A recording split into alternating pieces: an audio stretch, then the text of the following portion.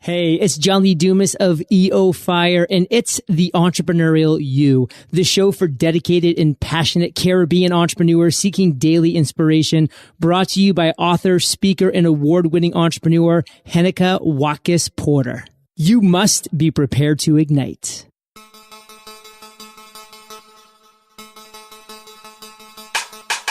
Coming up on this episode of the Entrepreneurial You. That's a part, Heneka, where it's really important to talk about inclusion.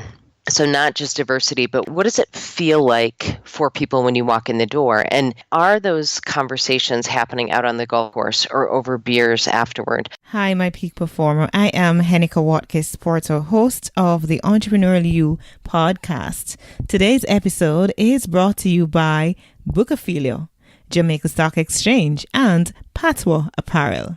And now, let's go to today's episode.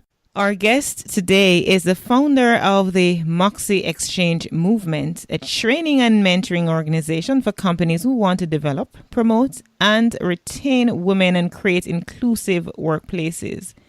She's been an advisor and executive coach to CEOs of the United States' fastest growing companies, has held leadership positions in several large corporations, and is the founder of 5 successful businesses and counting. She's the author of a 5-book series, Rock Your Moxie, Power Moves for Women Leading the Way, hosts the monthly online workshop and podcast, Rock Your Moxie, and has created a series of micro-learning courses for women. She has lived her life as a doer and risked ridden camels in the Sahara Desert, jumped in the fairy pools on the Isle of Skye, and completed 2 36-hour ultra team runs. She brings those experiences and approaches to her work, getting people to think big, take action, and move the dial on driving results for themselves and their teams. And so, without further ado, I'm so happy to welcome Maureen Berkner-Boyt to the Entrepreneurial You. Welcome, Maureen. Oh, it's such a pleasure to be here. I'm ready to jump in. Awesome sauce. So here's your fun question before we actually take that dive. If you were to be an animal for one day, what would you be and why? You know, it is so funny that you asked me that question because I've been trying to figure out, there's this idea of everybody's got a spirit animal. and I have been probably spending more time contemplating this question than most people because I can't figure it out. So I would say off the top of my head, probably a tiger. Because they are, if you look at them with their young, they are compassionate and loving moms, but they're also fierce. And they're fierce and they go for it. And so that describes you. A combination of both. Thank you so much. So let's hear your social media handle so that our peak performer community can contact you in the event that you're saying something and they want to touch base at the same time. You bet. On Twitter, it's Moxie Exchange. There'll be 2 E's in the middle, one at the end of Moxie and one at the start of Exchange. Out on Facebook, you can check out our group, which is Moxie Exchange. I'm on, spent quite a bit of time on LinkedIn. And on Instagram, it's Moxie Boyt. Awesome. And so for me, my peak performers, you know that you can reach out to me, henekawatkisporter.com, patoapparel.com, and of course on Instagram, Twitter, Facebook, and the other social media, Heneka Watkis-Porter or Patois Apparel. Now let's jump right in, Maureen, and talk about diversity, and particularly as it relates to women in entrepreneurship and in the workplace. Now, when we talk about diversity, what are we talking about? You know, at the end of the day, we're talking about winning as business owners. So diversity and very importantly also inclusion is about creating a team and an organization where you're bringing all kinds of different backgrounds and thinking to the table. So when we dissect diversity, it can be everything from gender to cultural diversity, thought diversity. You've got people who are somewhere on the autism spectrum, race, religion, age, any place that you can get people thinking and coming from a different perspective, it adds strength to your organization. And so why is it then therefore important for us to have that conversation centered around diversity? Well, again, it goes back to that idea of if you want to win. What I love, Heneka, is how much research is coming out now on the power of building a diverse and inclusive team. It's everything from higher profit return on sales, the number of patents, market share, team IQ, engagement. It is simply that those companies, those organizations who are building diverse teams are beating the pants off those that all look and think alike. You alluded to the fact that, those research that are coming out. Is there anyone you can speak specifically to that jumps out at you? Catalyst is a great resource. And they focus particularly on women. McKinsey has a lot out there, Harvard, Stanford. And what I love is the research is coming out of both academia and the business world. So let's talk now about diversity as it relates to women in particular. I get the viewpoint from others that why do we talk diversity? Why do we want to make sure that we have, this whole quota system? Okay, we need to have a certain percentage in governance or in the workplace. Shouldn't it be based solely on somebody's ability to perform versus their gender or their sex? Yeah, what I love about that is it should be based on somebody's ability to perform. But what happens is it's not, because we have incredibly biased brains. And unless you believe, and I'll just pull stats from the United States, unless you believe that 97% of the time a white male is more qualified than anybody else to be a CEO, right now what we're doing is we've got a system that's set up unconsciously, nobody's doing this on purpose, that gives the benefit of the doubt and what I call kind of a tailwind to white men, where everybody else has these subtle headwind and hurdles that they have to overcome to reach those same positions. So the whole idea around talking about diversity and getting more women in leadership is really about, hey, let's figure out a way that we can interrupt unconscious bias and create that same tailwind that white men have for women. Aren't we all, subconsciously or not, or sometimes very overtly, have this built-in bias? So, and if the answer to that is yes, how can we then hack our biased brains? Yeah, so the answer to that is yes. Every single one of us is biased. It does not make us bad people. It's actually the way the brain functions. And I love the neuroscience, the research that's coming out around this, because we're starting to understand more and more why the brain is biased. Our brain has to sort through millions of bits of information coming at us every moment. And if we didn't have bias to help us sort, filter, and categorize very quickly, we'd be rolled up in a ball sucking our thumb. The problem is that our bias is typically wrong. So what we need to understand, and let me put it this way again, I think people, there can be so much tension around this conversation about diversity and inclusion until people realize, hey, unconscious bias is just that, unconscious. And it's a little bit like saying, let's say I were a diabetic. I could do a bunch of research and figure out why my pancreas wasn't secreting insulin properly, but I couldn't then turn around and say to my pancreas, okay, do it right. But we expect the same thing about unconscious bias. Oh, okay, now I know that, everybody's got bias. Everything will be fine now.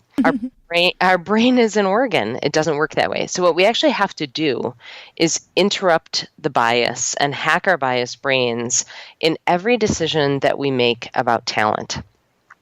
We've identified at Moxie over 20 bias interrupters, and that's everything from doing blind screening of candidates so that you're scraping any data that tells you if somebody's male or female. The voice comes to mind. Yeah, exactly. And there's so many easy yet high impact interrupters that people can put in place that to really hack the brain and to be able to say, okay, now we're creating kind of that level playing field where everybody with, we can never completely erase bias, but we can be aware of it and interrupt it whenever possible. You mentioned that blind screening as a way to hack our bias brains. Share with us 2 more tips that we can use when the subconscious bias, want to hit us. The first one is the blind screening. The second is to make sure that you have diverse candidate pools. So the research tells us that until there are about 20 to 25% women in your pool, statistically, there's a 0% chance a woman will get hired. So you have to be patient up front and make sure that even what's coming into your pipeline before you start the interview process, you've got enough women in the candidate pool to give them a statistical chance of being hired. Another is a very simple one that's called the rule of 2. The former CEO of Kaiser Permanente really changed their numbers in 5 years by doing this. And that was, hey, for any stretch assignment or promotion or looking at our succession plan, there have to be at least the 2 people can look the same, but the 3rd candidate, the 4th candidate, the 5th have to be different. And I had a client tell me they implemented the rule of 2. And he said, it caused us to go back and take a second look because like me bias is so strong. And there are a whole host of reasons. Women are not, for cultural reasons, not very good at taking credit for our work. So we're not necessarily the first that pop to mind when it comes to those promotions and stretch assignments. But if you've put this interrupter in place where you have to go back and look, he was like, gosh, we found out we had diverse talent all over the organization. They just weren't in our initial headlights. So what's stopping women, though, from making it into leadership roles? What's your thoughts on that? Well, certainly unconscious bias is one. And the second is, I alluded to one of them just a moment ago, that for cultural reasons, we're really bad at taking credit for our work. So somebody will say, great job on that project. And we'll say, it was nothing, or I've been lucky, or it was the team. I actually had a woman run up to me after I gave a speech one time, and she was like, oh my gosh, I've used all 3 of those in one sentence. Mm-hmm. So we have to teach women to simply say thank you. And that is a complete answer, because a part of our influence and a part of our social capital within companies comes from our results. So if we're subtly giving our results away all the time, we're not going to pop to mind, right? Because the people around us believe we're trustworthy. So if we're telling them it was nothing, they're believing us versus, we busted our tail for the last 6 months on that, right? So teaching women to simply say thank you. The second is sponsorship. So the research tells us that the real secret sauce to getting into a leadership position is having a sponsor. And if people aren't familiar with what that is, a sponsor is a mentor on steroids. They are somebody that is actively engaged in helping you succeed. So they're putting your name in the hat for stretch assignments, promotions, raises, and the sponsorship effect tells us 30% more of those when we have a sponsor. The research also tells us that men have 4 times more sponsors than women. And the first reason that is because women think it's cheating, right? It's like, I'm going to do it myself or die trying. Right? We are such fighters. Yeah, right. And in this case, it really plays against us. So we have to teach young women that having a sponsor is not cheating. It's how the game is played and how to position themselves for sponsorship.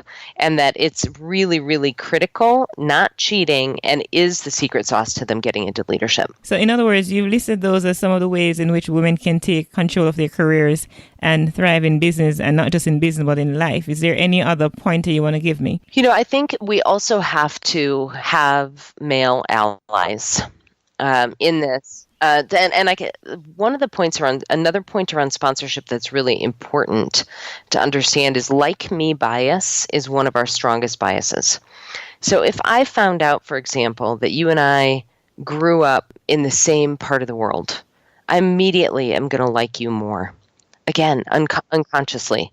And this is everything from, they've done research to say that if we have the same first name, or we find out that we went to the same school, just all these subtle things, I immediately trust you because you're like me.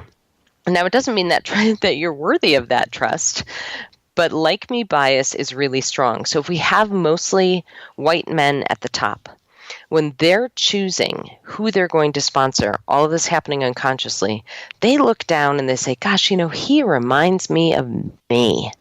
I'm going to invite him to that meeting or golfing or whatever it might be. And that sponsorship relationship begins. So we need to teach men about how important it is to have diversity in the people that they are sponsoring. And we also have to talk about sex. Mm-hmm. So we have to talk about the implication of sex. So why don't older men want to sponsor younger women? Well, they don't want people thinking they're having an affair. And why don't younger women want to be sponsored by older men? They don't want people to think they slept their way to the top. As an organization, no matter how big or how small, you have to have the conversation about, hey, sponsorship is really important for people to get into leadership. And we're going to have older men sponsoring younger women. And it's not about sex. It's about sponsorship. And it's amazing when you bring this conversation out in the light of day, how quickly the numbers can change. I worked with a parking company. So they were almost $1 billion company, parking cars, kind of a rough and tumble industry. And I spoke with 150 of their regional managers, and we talked about this idea of sponsorship. And within a quarter, all of those regional managers were sponsoring a woman because we made it okay. Interesting point on which we can take a break. Thank our sponsor. We're speaking with Maureen Berkner-Boyt. She is the founder of the Moxie Exchange movement. Let's take a break. Peak performers. Success is something that we gradually work towards as an end goal, but we need to be in the right environment to make it happen. Bookophilia is dedicated to providing a space for book, coffee and tea lovers, creatives, educators, students, and professionals who want ideas, innovation, and inspiration. They have a variety of high-quality books, a cafe, events such as book launches, signings, and art exhibitions, and professional services uniquely tailored to your needs, culture, and tastes. Their environment provides for the full literary arts experience, allowing for multifaceted creative expressions. Find them on Facebook, Instagram, and Twitter at Bookophilia. Welcome back. And interesting discussion we're having here with Maureen. We're talking about diversity, particularly as it relates to women in the workplace and also in entrepreneurship and in general life. So let's continue our dialogue. You're talking about the whole effect of mentorship and so on. And one of the things I find is that there's a tendency for men to hang at the bar together after they've done a hard day's work. They hang out, they go play golf together, whatever it is that they do together. But women, it's somehow different. You got to run home to take care of the children, you got to run home to do whatever it is, and so you don't get to go out and be. How much of that you think plays a role in the diversity figures that we're looking at? Oh, it's huge. And that's a part, Heneka, where it's really important to talk about inclusion. So not just diversity, but what does it feel like for people when you walk in the door? And are those conversations happening out on the golf course or over beers afterward? Because women still have, double duty. We are 80% of the people that are caring for aging and sick family members. We are still the primary caregivers of children. We have the double burden of the work at home. And so really thinking about, as a leader, is it worth it to me to be more profitable, to be more innovative, to have my employees more engaged, all of the things that we talked about, how companies win? Then I need to be thinking about how we are handling things like the beers after work. Can you do some of the social activity over a lunch hour? Can you have the guys think about the fact that women are excluded from those events, and how can they be more inclusive? Because that's really real, and that is a tough one to tackle. I think the biggest thing is to be in conversation about it and to say, how can we make this a little more inclusive? How can we have some of those social moments, that are more casual, where we're actually building those relationships within our typical working hours. We're going to be spending some time talking a little about your book. But before we do that, I want you to kind of wrap up this section for us and just give us some overview of why do most diversity programs fail, in your opinion? Well, I think they usually fail because they're seen as programmatic, right? Like, I'm just going to check this box, and if we just check. If we just send people through training, everything is going to be fine. Instead of saying, hey, this is a way of being. I always liken this to, it's like leading a healthy lifestyle. So if I want to have, my ideal body weight and blood pressure and cholesterol levels, I actually have to make choices every day about what I'm going to eat, how much I'm going to sleep, how much I'm going to move. And it's a lifestyle. And I don't get to hit those numbers and then say, okay, great, now I can just sit on the couch and eat Fritos, right? I have to keep leading the healthy lifestyle. To be a diverse and inclusive company and culture, it's a way of being. It's choices that you make every day in terms of talent, right? And asking yourself all the time, what else could be true? What's the bias here? How can we tackle this? What is another perspective? Because if we're leading in that way versus seeing diversity as programmatic, then we can make some real change. Interesting. Now, let's talk about your book, Rock Your Moxie, Power Moves for Women Leading the Way. Talk to us about that. Why did you write that book? What is it about? What do you hope for your readers to get from it? Yeah, it was interesting. The book was sparked because I was working with a woman, and she really urged me. She said, you give me so many good practical tools, you should write a book. And so, being completely candid, I sat down with a glass of wine and I started writing the book. And I started writing the book really for myself, to say, if I were just starting my career again, or if I were mid-career, what's the advice that I would want to get? And so I wrote the book. It's actually, I broke it into 5 books, Heneka, because women do not need another book sitting on their bedside table that they feel guilty about not reading. So I made them very actionable and very digestible. So I've had women say to me, gosh, it's great. I can throw, I'm about to take a flight. I throw it in my bag and I can read it on the flight. Because each one of the books is 5 chapters, and at the end of each of the chapters, there are 5 power moves. So activities, resources, checklists, tools, things that I can take action on. I actually once had a client tell me that working with me was like having cattle prod at his back and a cheerleader at his side. And I loved that, because I would say that's what the book are too, right? It's very, we don't have time for theory. So they're very practical, very actionable. And at the same time, I'm saying, go, you got this, go, keep moving. And I'm sure that it's creating the impact that you hope it would have when you started writing. No, we have had an interesting discussion, one that sometimes we don't want to talk about, especially because it makes us uncomfortable, if it is that we're on the receiving end of being biased against, and also the other side as well. It makes us uncomfortable. It's not something that we dialogue about very often, but the dialogue needs to be had. And I particularly like what you talk about, how we should think about hacking or biased brains, because we all have natural biases, but it doesn't stop there. We can actually do something about it. Not because we have natural biases means that we shouldn't make any attempt not to be biased. So I want to say thank you so much for sharing. But before we go and close out finally, of course you have giveaways on your website that our peak performers can get, Maureen, as well as just share all your contact details with our community so that they can reach out to you. Yeah, absolutely. If people send me an email at mo@moxieexchange.com, so there'll be 2 E's in the middle again, so mo@moxieexchange.com, I'll send you a toolkit that's got an infographic around why business case. I've got a couple different assessments that people can take,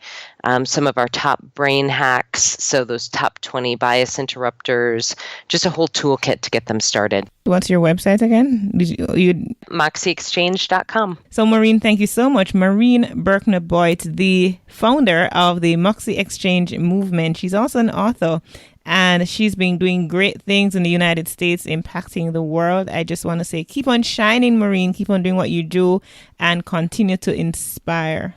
Thank you. And you do the same. This podcast is fantastic and such a great resource for entrepreneurs. Keep it up. Keep rocking your moxie. Thank you. And now a word from our sponsor, Jamaica Stock Exchange. We needed to raise capital, but our experience with local financial institutions was that they were cautious and slow to act, and interest rates were far too high. We had real concerns about financing our business through outside equity investors and the possibility of interference. Could we get a fair valuation for our business? We had our own ideas about the business and its value.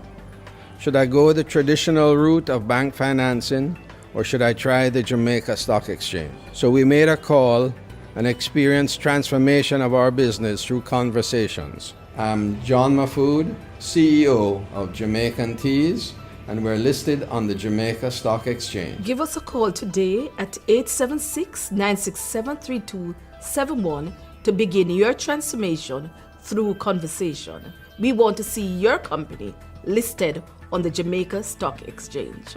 We have come to the end of another great show. Thank you so much for listening. I'd really love for you to go to iTunes, subscribe, rate and review the podcast, The Entrepreneurial You. That's if you've not already done so. And I really look forward to hearing from you about your journey as an entrepreneur. If you've not already started and you're about to start, I'd love to hear about that. So send me an email at henekawatkisporter@gmail.com. In the meantime, please visit henekawatkisporter.com, where you can access several resources to help you level up and peak your performance. Feel free to explore the website. There are several resources, there are blogs, there are the podcast, those past episodes that you've not yet listened to. You can also leave a comment on the show notes page of these episodes. So I look forward to interacting with you and to share your journey. Remember, you were born to win, but to be a winner, you must plan to win, prepare to win, and expect to win. Walk good.